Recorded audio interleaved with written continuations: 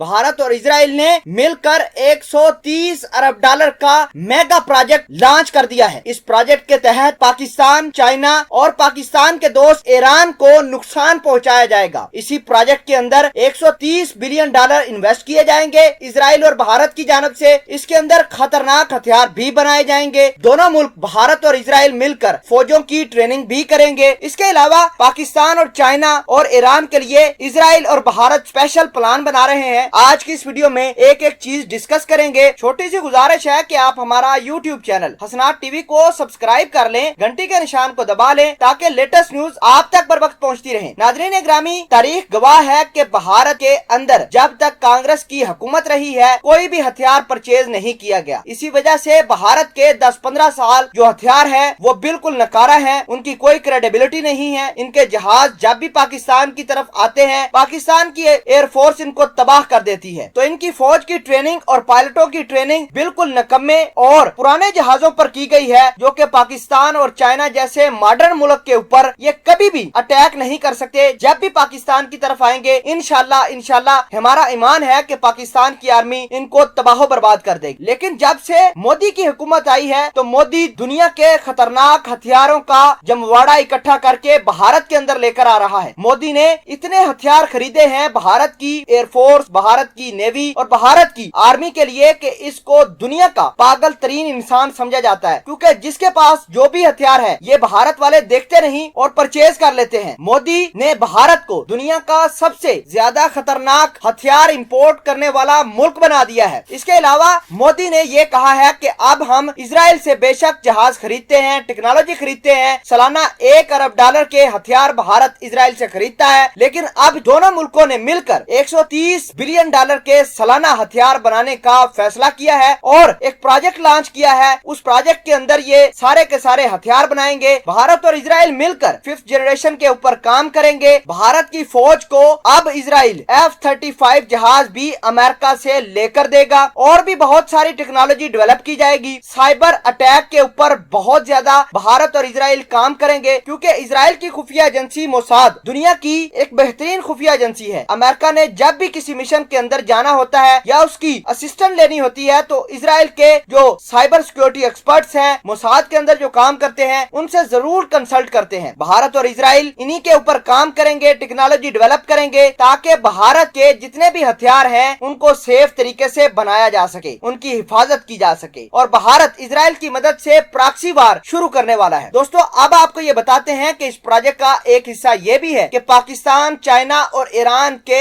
हवाई अड्डों को नुकसान पहुंचाना है। जितने भी न्यूक्लियर साइट हैं उनके ऊपर अटैक करना है, क्योंकि इजराइल की आर्मी भारत के अंदर बड़ा एक्टिव रोल प्ले कर रही है और भारत ये चाहता है कि इजराइल की आर्मी डायरेक्ट भारत के अंदर पाकिस्तान, चाइना और ईरान के लिए काम करे, ईरान को, पाकिस्तान को और चाइना को नुकसान पहुंचाए। तो इस प्रोजेक्ट का एक और मतलब भी निकलकर सामने आया है कि ये प्रोजेक्ट एक मेगा प्रोजेक्ट होगा और भारत इजराइल की मदद से पाकिस्तान, चाइना, ईरान को नुकसान पहुंचाने की कोशिश करेगा।